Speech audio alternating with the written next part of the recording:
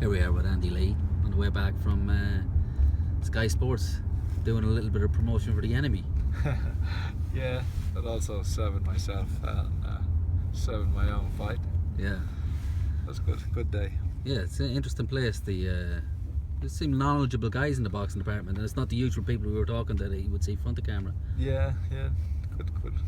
Bit of an institution, and nice service and a nice coffee, and bring you in, give you the star treatment. But it's nice. They're all nice guys, nice guys behind the scenes. Yeah.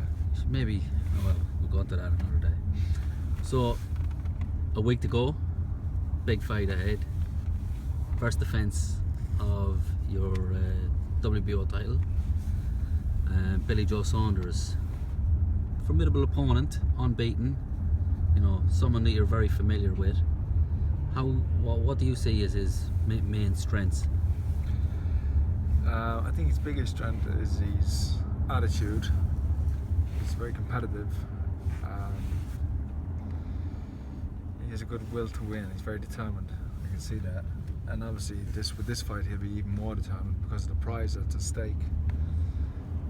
He's a quick boxer. Works at high work. Good work rate. Good footwork. And he's slippy. So he presents a good challenge, and I'm gonna have to raise my game, meet him, and meet the challenge, and do what I do, beat him. Yeah. So the last time we spoke, it was just before the Jackson fight. Turned out to be a tougher fight in the beginning than maybe you anticipated.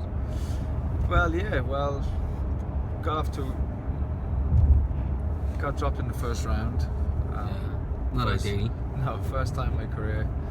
Handled it well, boxed my way back into it, having a tough moment, and then dropped him and knocked him out in the sixth. Yeah.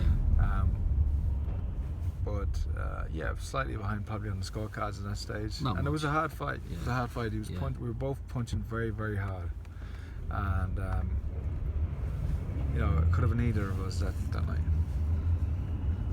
When he landed that knockout punch, it was so conclusive. There was the guy was out before he hit the canvas, but under a little bit of pressure before that. But you seemed to handle that pressure a little different than maybe you've been accused of in the past. In the past, what I'm saying is that when things got up close, you were a little bit at sea. But this, you seem to handle it a little different. Would that be fair to say?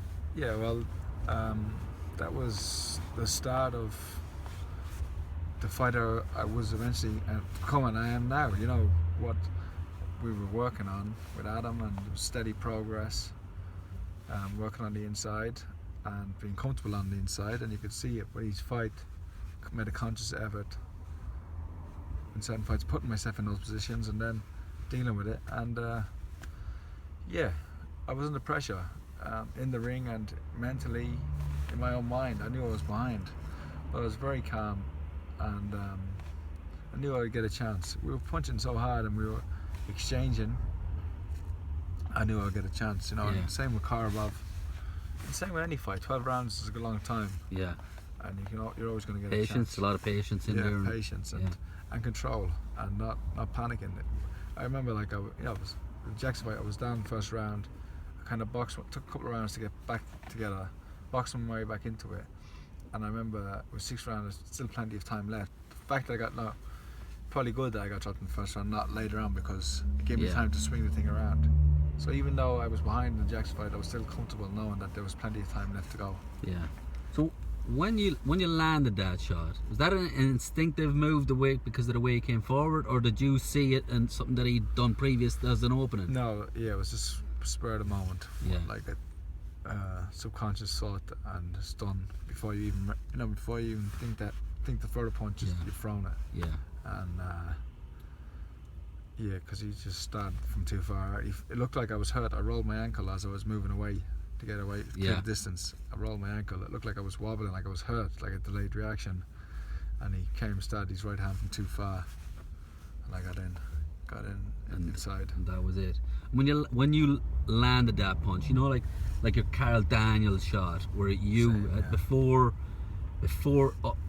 he'd hit the ground, you were already celebrating. You were already hands in the air and got to the corner. Was that a similar one with this? You knew Same, yeah. that one Yeah. he's not getting up from that. Yeah, and the same with Karbov. When I hit him, I think I meant to answer this. I'm not quite positive. It's instinctive. When you land that punch, Cat Daniels and other fights that I had that not been on TV, but even with the Karbov on it, the hook that hurt him, the start of the end, I thought he was gone. I kind of wheeled away to celebrate, but he stayed on his feet, and I had to finish him off. But yeah, when you land those punches, you just know somewhere, you know that it's over. Yeah. And then moving on, then you had probably the fight that's giving you probably the most exposure. It's probably the Carabao fight. Would you say that's probably? Would you say that's Yeah. your biggest fight? Yeah, well, the result of it, yeah, winning the Yeah. world title, coming home, a hero, the first Irishman to win a world title in America since 1930 something, Yeah. and you know, fulfilling a lifetime dream. It was great coming home in front of the Irish Times on RT News, and big homecoming at Shannon Airport, and The full spread. you know, it was a dream come true. And Yeah. you know, I have to remind myself that I am living out my dreams. Yeah. As a kid, this is what I wanted, and here I am now. You know, it's very rare in life that anyone gets to do that.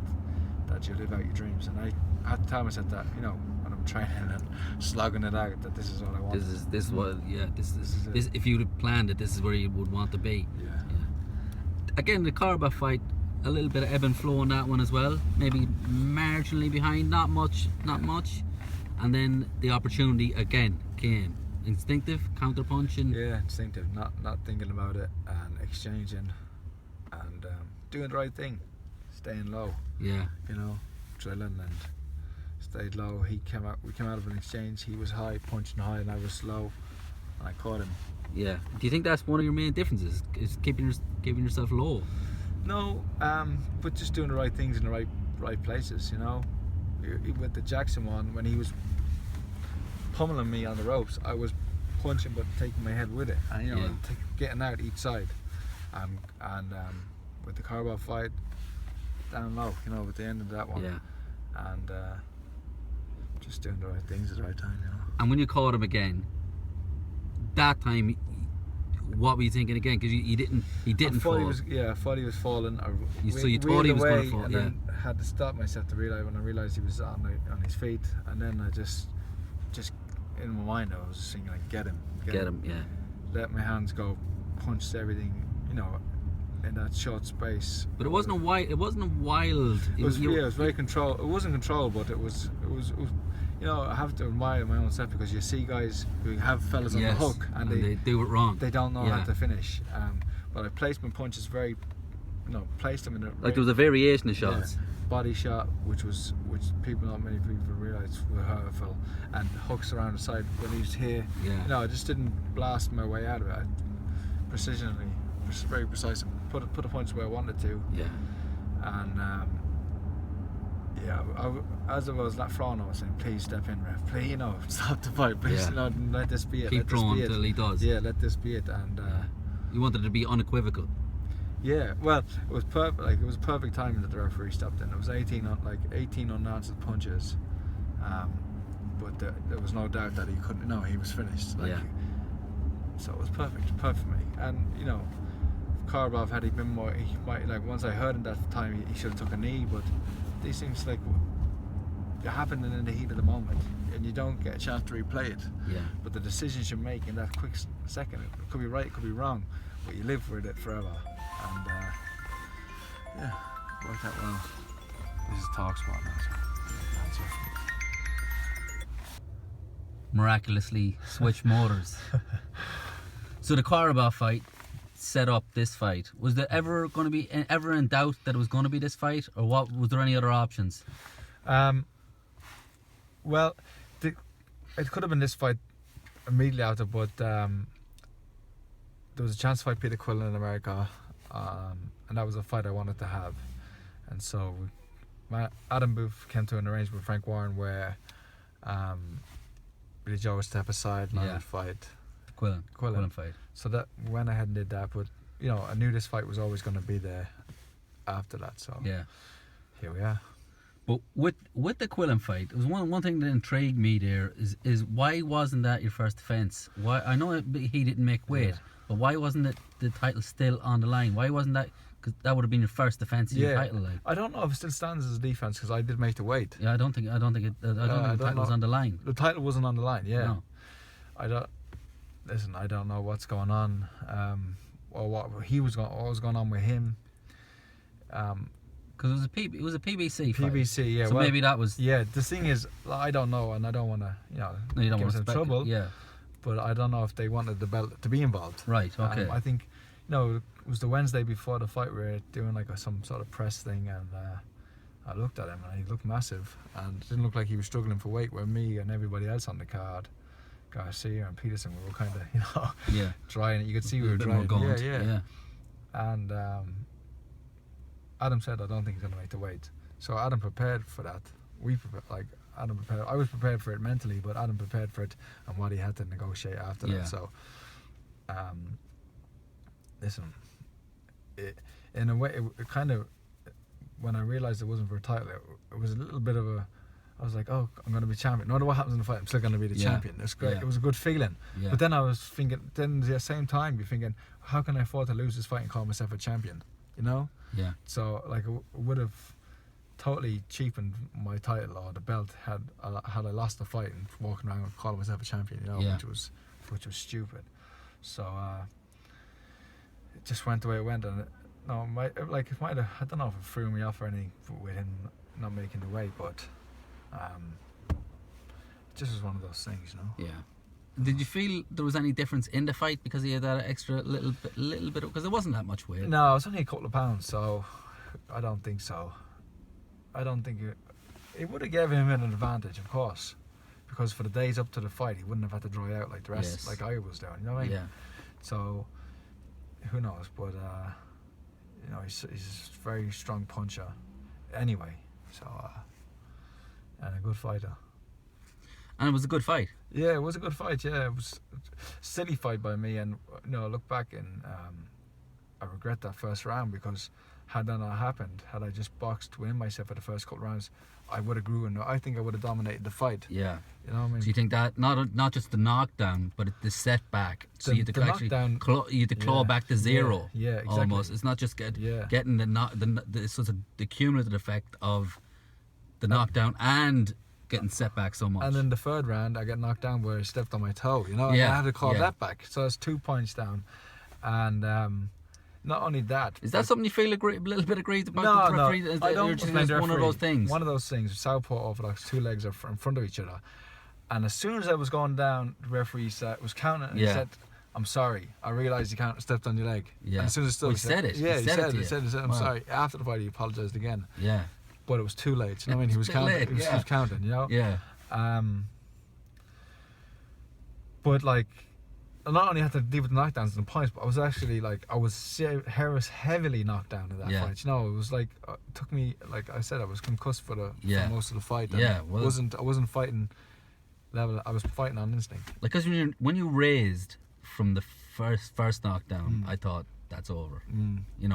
You were like classic puppet on a string type. Yeah, I was ready to go. I was ready to go, but what kicks in then? I showed him enough threat to make him think twice about jumping. Yeah. He didn't jump on me because when he tried to, I put a. It was your reputation preceded you. But I was throwing punches back at him, and even the punches that we weren't landing in that fight were vicious. The punches that we weren't landing, you could sense them going by you or over your head. Yeah. And they were enough for both of us to keep the action tentative because we knew it was high risk.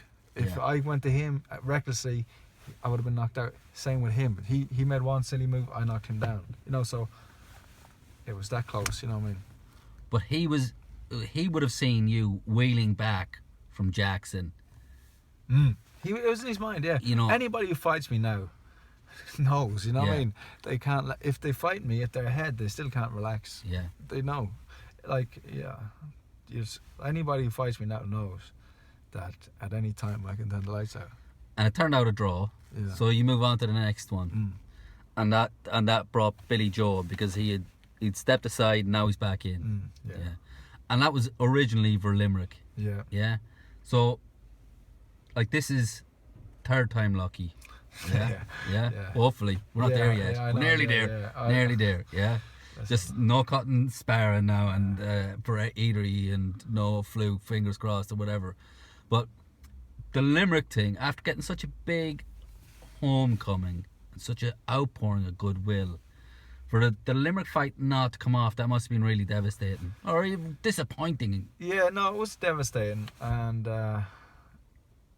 it was devastating. It would have been a great night for me and for the city. Yeah, because you've been riding a bit of a, like you say, Yeah. you've been riding a fairy tale. Your dream, this is your dream, yeah. and that must have been like That would have been Thomond Park. that would have been That's the pinnacle, yeah. Yeah. But it just wasn't to be. There was just so many things that went wrong, and then in the end, I got a virus, and that was the final nail in the Yeah. coffin. But and then Billy picked up a cut in sparring, yeah. and that must have been it. What were you thinking then? Were you thinking this is a jinxer? Oh yeah, I was on the running track, getting ready to start a session, and Adam turned up, and I was like, "Why is he here?" Yeah. And he said, "He's cut." Did you think that's boxing, or did you think this ain't ever happening? No, I just started laughing. I just said, "Oh, this is crazy." So I just thought it was boxing. Yeah. Boxing. It happens. It's happened before, and it's happened since with the fights in Fury, Klitschko Yes. postponement originally, and Yeah.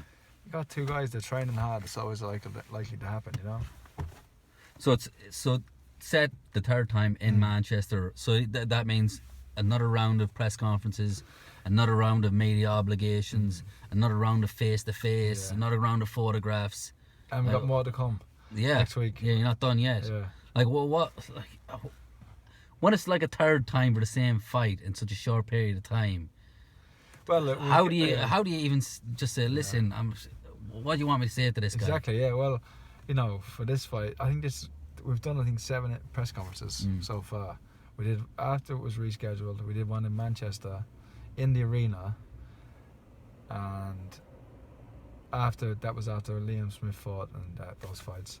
Then during the week, the next week we did one in London, and then that next weekend we did one in Manchester Yeah. again. So it's just been so much, and so like, you know, we both know what it is. Me and Billy Joe, we're looking at each other, and it's very awkward. We've done face to face on camera, and we're sitting there. It's quite awkward. You know what I mean? We know we're gonna have to fight each other. Yeah. And then you're forced to spend time together. Yeah. And it's what it is. It's part of the game. What can you do? It's part of being. It's contractual. You're contractually obliged to do it. You have to do it. And that time frame, the gap, the extra couple of months, do you think that will have benefited Billy Joe? Yeah, possibly. But yeah, possibly. Yeah, possibly benefited him and me. You know. Because you're the champion. I'm You've the been in champ. the champ mode for I know what a you're while saying, now. Yeah, I know what you're thinking. And now this is time for him to catch, almost additional time for him to catch up on you. Yeah. But you know, when you get in the ring, everything doesn't really matter. You know, it might give him some benefit in his training or some benefit in, you know. But Yeah. once you're in the ring, there's no hiding. There's nothing. That's the best thing about boxing. There's no all that you are, all that you've done. Everything comes out in the fight, and that's where it's all told. That's why boxing is honest. You know, there's no hiding places. There's no lying when it's just the two of you in there. With the Eubank fight that he had, we saw a swing in that fight towards Eubank from Billy Joe sort of dominating it, outboxing him, to slowing down, maybe getting caught a little bit more, dragged into a bit more of a war. Not his fight towards the end. Did that? What would that tell you? He got tired, and he got involved in a fight, as you say. But maybe that was because of his competitive nature more so. You know, a lack of discipline. I don't think he'll do that with me in a sense because you're more dangerous of the power, and it's not so personal, you know, as it was with him and Eubank. And I'm not banking on him fading in any round. I expect him to be as good in the first as the last, because that's how I'm going to be. So, be ready. I said, Like the conventional wisdom from a lot of previews would say that he will start quicker and you will catch up. What would you think about that? That's what they would say. Yeah, and I don't. It might go that way. You know, I'm not gonna rule it out. But if I have my way, I'll dominate from the first round. Yeah, and the betting odds had you marginal favourite. You know, maybe let's just shy of 2-1 on, and now it's almost evens for each fighter. Why do you think that is? Who knows? I don't know. I'm not bookies. I'm not bookie. I don't care. But there must be a perception out there for people to lay that money. Well, the longer it goes, I guess, you know, People in their own minds sort of. the closer it gets. Yeah. People, you know, move around, and but always stick with your initial thought in any fight. Yeah. Because I even do the same thing when a fight's made. Oh, he'll win that. And then as you get closer, you say, I guess you say, Yeah. against Mayweather. You Yeah. say, like, oh, Mayweather's going to. Then as you say, oh, no, but you build a case for the other guy. You overthink it. You always build a case. Yeah. And so everyone's a sucker for an underdog. So, Yeah. look, stay with your initial thought on the favourite. Rightly so. All right, listen. You've done enough talking for today. I'm talked Yeah. out. I still got to do calls later on. You got a few calls. You've done Sky Sports, Talk Sport, a lot. Do you have anything to say to your Irish fans before you go, Andy? I'm just going to get in my pickup right now and drive home. No, thank you all for the messages and support online. I get all that and appreciate it all. And I'm sure there'll be a good few in the arena in Manchester. And yeah, appreciate it. Look forward to a good Christmas. Meet you all Lovely. at home. Cheers, Andy. Take it easy, mate.